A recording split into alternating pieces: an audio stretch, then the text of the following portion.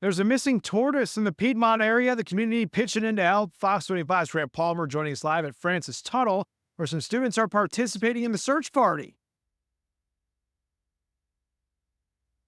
That's right, Adam. Just yesterday, a student told his drone instructor about the missing tortoise, and now they are using drones like the one you see here behind me to help find that missing tortoise, better known as Ferb. 7.5 weeks now.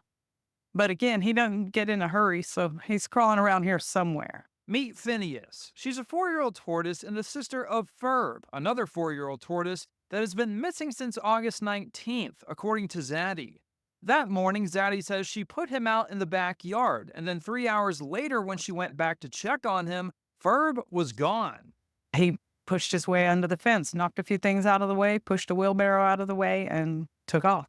Ever since then, a massive search party has been underway for the troublesome tortoise. Enter Chris Guarnera, a drone instructor at Francis Tuttle. One of his students living in Piedmont had heard of Zaidi's missing tortoise. He told his instructor about the situation, who was more than happy to use their drones and some of their class time to help find Ferb.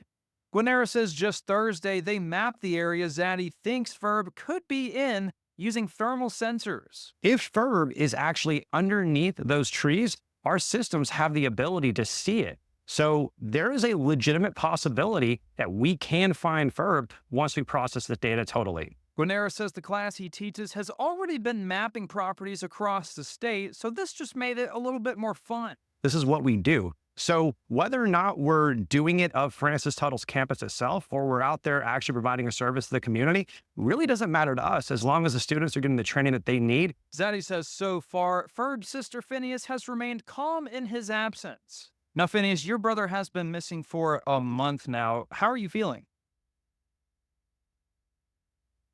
Munch. But best believe there's a sense of urgency among the search party to help find Ferb. We're still working on this, and we're not going to rest until we can figure out where Ferb is at.